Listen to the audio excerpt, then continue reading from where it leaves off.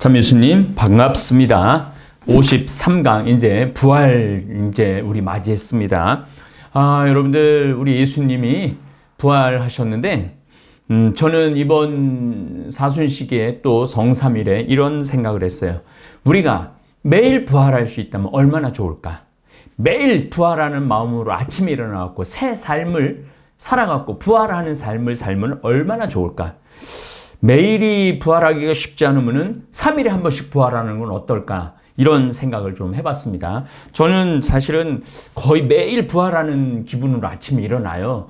무슨 몸이 안 좋거나 건강에 안 좋은 게 아니고 해야 할 하느님의 일이 너무나 많기 때문에 매일매일 일어날 때마다 부활하는 기분으로, 또 가끔은 너무너무 지쳤을 때는 한 2, 3일 이렇게 확 쓰러져 있다가 한 3일 만에 부활하고 그러는데 저나 여러분들이나 매일매일 부활하는 아침, 부활하는 하루가 되기를 바라겠습니다. 자, 이제 야곱이 고향으로 달아납니다.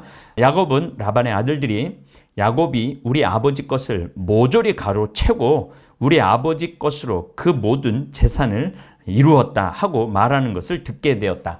이게 어떻게 보면 처남지간인데도 이 재물이 들어가니까 이제 미움이 생기게 되는 거죠. 야곱이 라반의 얼굴을 살펴보니 자기를 대하는 태도가 예전 같지 않았다. 그러니까 이게 재산이 끼면은요, 장인이고 삼촌이고 형제고 이게 그러니까 우리가 재물에 자유롭지 못한 영혼을 살고 있는 거예요. 여러분들이 재물에만 자유롭다면은 정말로 자유롭게 사실 수 있는데, 저같이 이렇게 마누라도 없고 자식도 없고 있는 거라고는 형제하고 부모님, 그것도 아버님 돌아가셨고 어머니만 있는데 그런저런 생각 많이 해봅니다. 그때 주님께서 야곱에게 말씀하셨다. 내 조상들의 땅으로 내 친족에게 돌아가거라. 이제 주님이 말하는 거죠. 내가 너와 함께 있겠다. 그래서 야곱은 라헬과 레아에게 사람을 보내어 자기 가축대가 있는 들로 불러내고는 그에게 말하였다. 이게 지금 하란이기 때문에 우리가 생각하는 그 광야보다는 훨씬 좀 우거진 지역이에요. 왜냐하면 유프라테스강 상류 지역이거든요. 그러니까 굉장히 풍요로웠던 지역이었을 겁니다. 그들에게 말했다. 내가 당신네 아버지의 얼굴을 살펴보니 나를 대하는 것이 예전 같지 않소. 그러나 내 아버지의 하느님께서 나와 함께 계셔 주셨소. 내가 힘을 다하여 당신의 아버지의 일을 해준 것을 당신들도 잘 알고 있을 것이요. 그런데도 당신네 아버지는 나를 속이면서 내 품값을 10번이나 바꿔쳤어. 10번이나 라반이 야곱에, 우리가 읽어봤을 때 여러 번 낚아챘죠. 처음에는 라헬을 너무너무 사랑했는데 첫날 밤 레아를 보내줘갖고 뜻하지 않게 큰언니하고 결혼을 하게 되고, 또 7년을 또 일해갖고 라헬을 얻고, 또 14년, 20년 동안 있는 동안 이 라반이 야곱이 복이 많은 사람이잖아요. 가끔 그런 경우가 많죠. 일을 너무너무 잘해. 그래갖고 내가 너 나중에 한몫 띄워줄게. 그래갖고 5년 붙잡고 10년 붙잡고 20년 붙잡고 마지막에는 아주 이상한 죄를 뒤집어 씌워갖고 내쫓는 그런 사람들도 너무나 많죠. 저는 하느님 일을 이제 30년째 하고 있어요. 하느님의 일을 30년째 하고 있는데 글쎄 모르겠어요. 하느님이 저는 더 많이 써줬으면 좋겠어요. 더 많이 써주고 제가 쓰여짐으로 해서 더 많은 교우들한테 하느님 나라의 신비를 아주 드러내 보여주고 싶어요. 그래서 지금 이 성서 공부도 이렇게 열심히 하는 거죠. 그렇지만 하느님께서는 나에게 해를 입히지 못하게 하셨어. 장인이 얼룩진 것들이 자네 품삯이네 하면 양들과 염소들이 모두 얼룩진 새끼들만 낳고, 줄쳐진 것들이 자네 품삯이네 하면 양들과 염소들이 모두 줄쳐진 새끼들만 낳았어. 요거는 사실은 야곱이 원했던 거죠. 야곱이 원해갖고 아주 강인한 종자만 또 자기 우물에서 자기 소유로 되는 거를 했던 거죠. 여긴 약간 좀 변명이 들어가 있습니다. 하느님께서는 이처럼 당신의 아버지의 가축을 거두어 나에게 주셔서, 이때부터 유다인들은 모든 축복은 하느님으로부터 오는다라는 것이 완전히 이렇게 이제 세뇌가 되어 있는 상태인 것 같아요. 양들과 염소들이 끼리끼리 짝짓기 하는 시기에 내가 꿈속에서 눈을 들어보니 암컷과 교미하고 있는 수컷들이 줄쳐진 것, 얼룩진 것, 밤점이 있는 것 뿐이었어. 그 꿈속에서 하느님의 천사가 야곱아 하고 부르시기에 내가 여기 있습니다. 여기에 내가 여기 있습니다. 이거 굉장히 많이 나와요. 아브라함 부를 때도 예 여기 있습니다. 이삭 부를 때도 예 여기 있습니다. 야곱을 부를 때도 예 여기 있습니다. 그 다음에 엘리야를 불렀을 때도 예 여기 있습니다. 우리 사제들이 서품을 받았을 때 황창현, 베네딕토 사제 서품 후보자 이렇게 호명을 해요. 그럼 우리도 제단에 서서 예 여기 있습니다. 이 굉장히 중요한 것 같아요. 항상 하느님이 쓰시고자 할 때 딴짓 주식에 그냥 정신을 하고 비트코인에 정신 팔리고 뭐 땅 아파트 사는 거에 정신 팔려갖고 베드로야 그러면 그냥 안 들려. 마리아야 근데 안 들려. 지금 강남에 땅 사러 다니느냐고, 신도시 땅 사러 다니냐고. 그래서 예 여기 있습니다를 못하는 거죠. 그래서 우리 다볼사이버 교우들은 항상 생각도 마음도 몸도 하느님을 향해 있을 때 언제나 예 여기 있습니다라고 대답할 수 있죠. 그분이 말씀하시기를 눈을 들어보아라. 암컷과 교미하고 있는 수컷들이 모두 줄쳐진 것, 얼룩진 것, 반점이 있는 것뿐이다. 라반이 너에게 어떻게 하는지 내가 다 보았다. 나는 내가 기둥에 기름을 붓고 나에게 서원을 한 베텔의 하느님이다. 자, 여기 또 계약이 나오죠. 기둥을 세우죠. 그 다음에 송아지를 가르죠. 그러니까 가를 때는 계약을 가른다 그러죠. 또 계약을 맺고 계약을 세우고 기둥에 세우고 짐승을 반을 갈라갖고 그 사이 피를 지나가갖고 계약을 가르는 거죠. 기름을 붓고 나에게 서원을 한 베텔의 하느님이다. 이제 일어나서 이 땅을 떠나 내 본 고장으로 돌아가거라 하셨소. 그러자 라헬과 레아가 그에게 대답하였다. 아버지의 집에서 우리가 얻을 목과 유산이 또 있기는 합니까? 우리는 아버지에게 이방인이나 마찬가지 아닙니까? 아버지는 우리를 팔아넘기시고 다 팔아넘긴 거지. 야곱한테 노동으로 우리에게 올 돈도 다 써버리셨습니다. 라반이 결코 훌륭한 장인이 아닌 거예요. 하나님께서 우리 아버지에게 거두신 재물은 모두 우리와 우리 아들들의 것입니다. 그러니 이제 하나님께서 당신께 분부하신 대로 다 하십시오. 그리하여 야곱은 일어나 자식들과 아내들을 낙타에 나누어 태우고, 이 낙타 공부할 거예요, 여러분들. 염소 공부도 할 거고 양 공부도 할 거예요. 이 구약 성서를 이해할 때는 짐승을 이해하지 않고는 또 구약 성서를 이해를 못합니다. 자기의 모든 가축과 그동안 모은 재산 곧 빠담 아람에서 모아. 이 아람이라는 말은 어디서 나오느냐면 여호수아가 그래요. 우리 조상은 아람이라고. 그러니까 쉽게 말하면은 아랍 사람이라는 거예요. 그러니까 중동 사람이라는 거예요. 빠단 아람에서 모아 자기 소유가 된 가축을 몰고 가나안 땅에 있는 아버지 이삭에게 돌아가기로 하였다. 이제 여기서 잠깐 우리 구약 시대와 짐승에 대한 이야기를 좀 하도록 하겠습니다. 유목민 이스라엘과 짐승들. 가축이라는 표현을 굳이 안 쓰고 짐승이라는 표현을 썼는데, 왜냐하면은 예수님께서 독수리 얘기도 하고 여러 가지 얘기를 많이 하셨기 때문에 짐승 전체적인 안에 넣도록 하겠습니다. 성소를 탄생시킨 이스라엘 백성의 선조는 유목민이었습니다. 엄격한 자연 속에서 유목 여행은 여러 형태의 동물들과 만나고 그냥 막 돌아다니면서 이 가나안 팔레스타인 땅에 있는 동물들뿐만 아니라 거기 사실은 팔레스타인이라는 지역에 사자가 없죠. 그런데 유프라테스 티그리스 강에는 사자가 있죠. 그러니까 사자를 아는 거죠. 그 동물들과 각기 다른 만남 안에서 생활을 해왔습니다. 그곳에서 성소 속에 쓰여있는 동물의 모습을 들여다보면 이스라엘 백성의 생활 방식과 생활 속에서 물건에 대한 생각 등을 좀 알게 될 겁니다. 왜냐하면 이스라엘 사람들은 보통 1층에 소나 양이나 말을 키웠어요. 염소나. 그리고 잠은 주로 어디에서 잤느냐? 2층에서 자. 2층에서. 1층은 짐승들의 집이고 2층은 유목민들의 집이 되는 거죠. 그런 것들을 우리가 이해를 해야만이 성서를 쉽게 이해한다 이거예요. 성서 속의 동물들이기에 나오는 것은 성서의 동물들입니다. 지도상에서 성서의 세계는 현재 중동이라고 불리는 지방을 중심으로 남쪽으로는 에집트, 이디오피아까지 연결이 돼 있어요. 이집트, 이디오피아. 그래서 필립보가 이디오피아 내시한테 세례를 주는 장면은 아주 자연스러운 거죠. 서쪽은 지중해 주변, 이 서쪽으로는 지중해 주변, 지중해 연에 있죠. 여러분들 지중해가 굉장히 크잖아요. 지중해가 어떻게 어디 이제 자 지중해를 좀 우리가 많이 생각해요.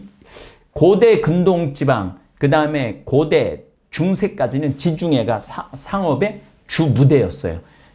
스페인이 붙어 있죠. 프랑스가 붙어 있죠. 이탈리아가 붙어 있죠. 크로아티아가 붙어 있죠. 그리스가 붙어 있죠. 아래쪽으로는 이집트가 붙어 있죠. 리비아가 붙어 있죠. 이렇게 쫙 그러니까 이 전체의 그 상권을 쥐고 있었던 것이 지중해입니다. 북쪽은 흑해의 남한 쪽. 그러니까 흑해라는 것은 지중해에서 조금 터키 그 지역을 지나가고 큰 바다를 흑해라고 그러죠.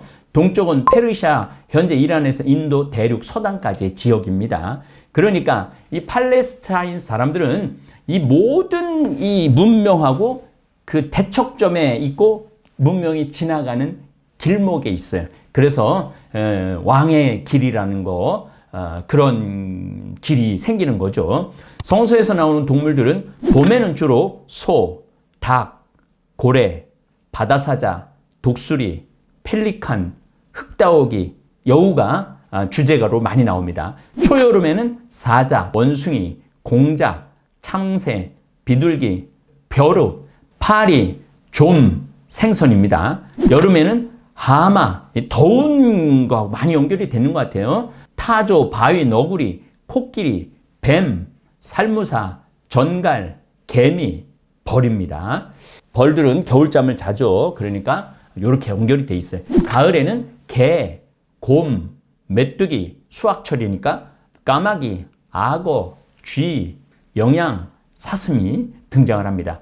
겨울에는 말, 학, 황새, 염소, 산염소, 하이에나, 승냥이, 늑대, 돼지, 표범, 고양이가 연결돼 있었죠. 크리스마스 무렵에는 메추라기가 많이 등장을 하고 자고새, 낙타, 당나귀, 야생, 나귀, 양이 등장을 합니다. 이걸 마무리해보면 노아의 방주 때 이거 다 데리고 들어갔다는 얘기예요. 노아의 방주 얘기를 들어오면 다 데리고 들어간 거죠. 성서에 나오는 짐승들을 좀 더 세분화 해보도록 하겠습니다. 까마귀, 갈매기, 개, 개구리, 개미, 거머리, 거미, 거북이, 고슴도치 우리가 알고 있는 건 다 나와. 곰, 공자, 귀뚜라미, 나귀, 낙타, 노루, 늑대, 달팽이, 닭, 당아, 독수리, 돼지, 두더지, 들소, 웹불소, 그 다음에 들소, 수송아지 등의 따오기, 말, 매. 이 말은 제가 또 한번 한 꼭지 빼서 여러분들하고 얘기할 겁니다. 왜냐하면 유럽 문화를 이해하려고 그러면 말을 이해하지 않고는 유럽 문화를 이해할 수 없어요. 또 소를 이해하지 않으면 유럽 문화를 이해할 수 없습니다. 그 다음에 중요한 거는 낙타. 낙타를 이해하지 않고는 또 유목민을 이해할 수가 없습니다. 그래서 아마 소, 말, 낙타는 따로 띄어서 여러분들하고 공부할 겁니다. 메뚜기, 메추라기. 메추라기는 유명하죠. 40년 광야 생활 때 메추라기 알 준 거. 물고기, 바위너구리, 박쥐, 백마, 뱀, 뻐꾸기, 벼룩, 병아리, 부엉이, 불말, 불뱀, 붉은말, 붉은 용, 비늘고기, 비단뱀, 비둘기, 사냥개, 사반, 그 다음에 사슴, 사자, 산비둘기, 사냥, 산호, 새, 소쩍새, 솔개, 송아지, 수궁, 염소, 시랑, 악어, 암사슴, 암사자, 암소, 암콤, 또 암탉, 양, 여우, 염소, 영양, 오디세, 오릭스, 올빼미, 올름, 네, 왕벌, 웹불, 들소, 용. 이 용은 사실은 전설의 짐승이에요. 그런데 모든 인류 역사 안에 용은 다 등장합니다. 우리나라에도 용이 나오고 잉카, 마야, 아즈텍 문명에도 용이 나오고 인더스 문명에도 용이 나오고 황하, 중국에도 용이 나옵니다. 영국에도 용이 나오고 노르웨이에도 용이 나오고 다 용이 나와요.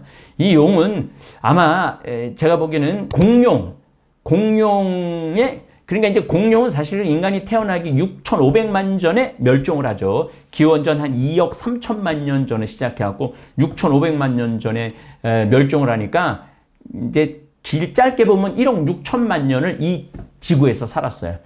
길게는 1억 8천만 년을 이 지구에서 살았어요. 그리고 그 용 화석이 지금 다 드러나죠. 놀랍게도 저는 가끔 이런 생각을 합니다. 용이 지구에서 1억 8천만 년을 살았다면 인간은 길게 봐줘야 500만 년 살은 거예요. 짧게 봐주면 200만 년 살은 거고, 사람의 모습으로 조금 영혼을 갖추고 그런 상태는 20만 년 전, 30만 년 전. 그런데 인간한테는 원 경험이 있어요. 어떤 원 경험이 있느냐면 하느님께서 처음 인간을 창조하실 때 우리의 모습을 닮은 인간을 만들자. 그 안에 하느님의 신성이 다 들어있고 그런 창조의 과정에 우리는 직접 할 수 없었지만은 우리 원 경험 안에는 있었던 거예요. 그렇기 때문에 모든 인류 문화 안에 용이라는 단어가 다 나오는 거죠. 참 신비롭죠. 그런 거 보면은 원숭이, 이리, 자고새, 전갈, 진주, 참새, 코끼리, 타조, 파리, 표범, 하루살이. 하루살이 요즘 하루살이 때문에 강의할 때 막 날아다녀갖고 고생을 하는데 저는 꼭 요만한 하루살이가 뭐가 있어서 저렇게 날아다닐까? 날개를 쥐고 날아다닐까? 그거를 보면서 내가 하느님을 많이 느껴요. 하느님을 많이 묵상해요.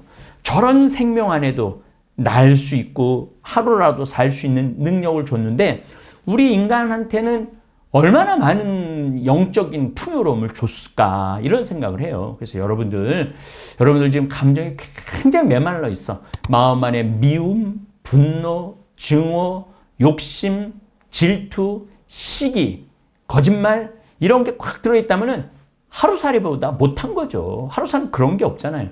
근데 우리의 영혼이 맑으려면, 영이 깨끗하려면 어떻게 해야 돼? 사랑, 이해, 나눔, 용서, 그 다음에 양보, 협력, 배려, 그 다음에 영적인 하느님을 찬양하는 찬양의 노래, 마음 역시도 감동, 감탄. 요즘 꽃피니까 얼마나 감동을 많이 해요. 전 진짜 올해 들어서 코로나 작년 19 때는 감동할 시간도 없고 온 지구가 정신이 없었는데 올해는 우리가 사순 시기도 정확하게 지금 잘 보내고 있고 너무너무 성탄 시기, 부활 시기도 너무너무 행복하게 지내고 있고 이게 우리 안에는 너무나 좋은 것들이 많아요.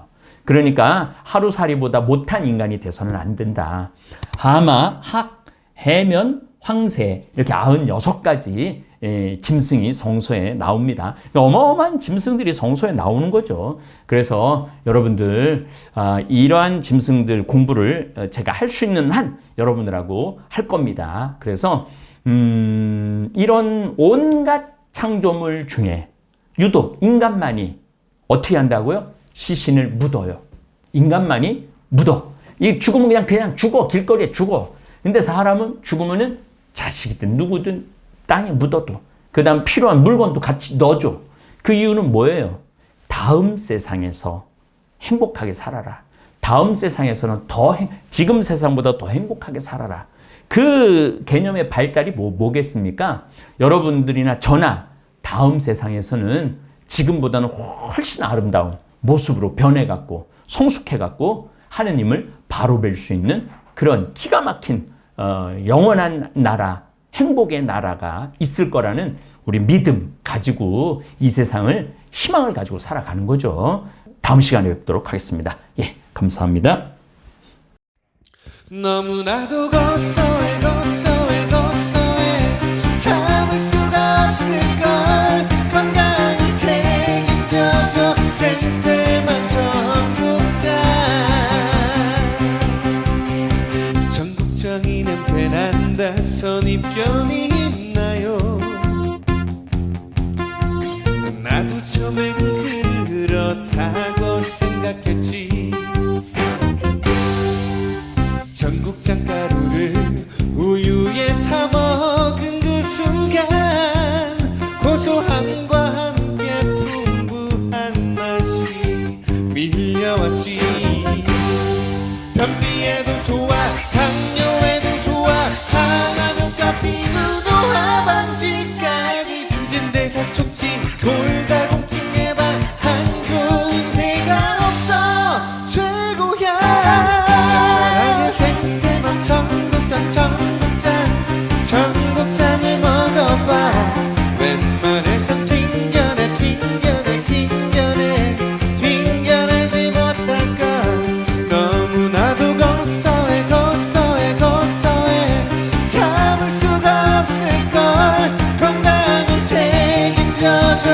탱탱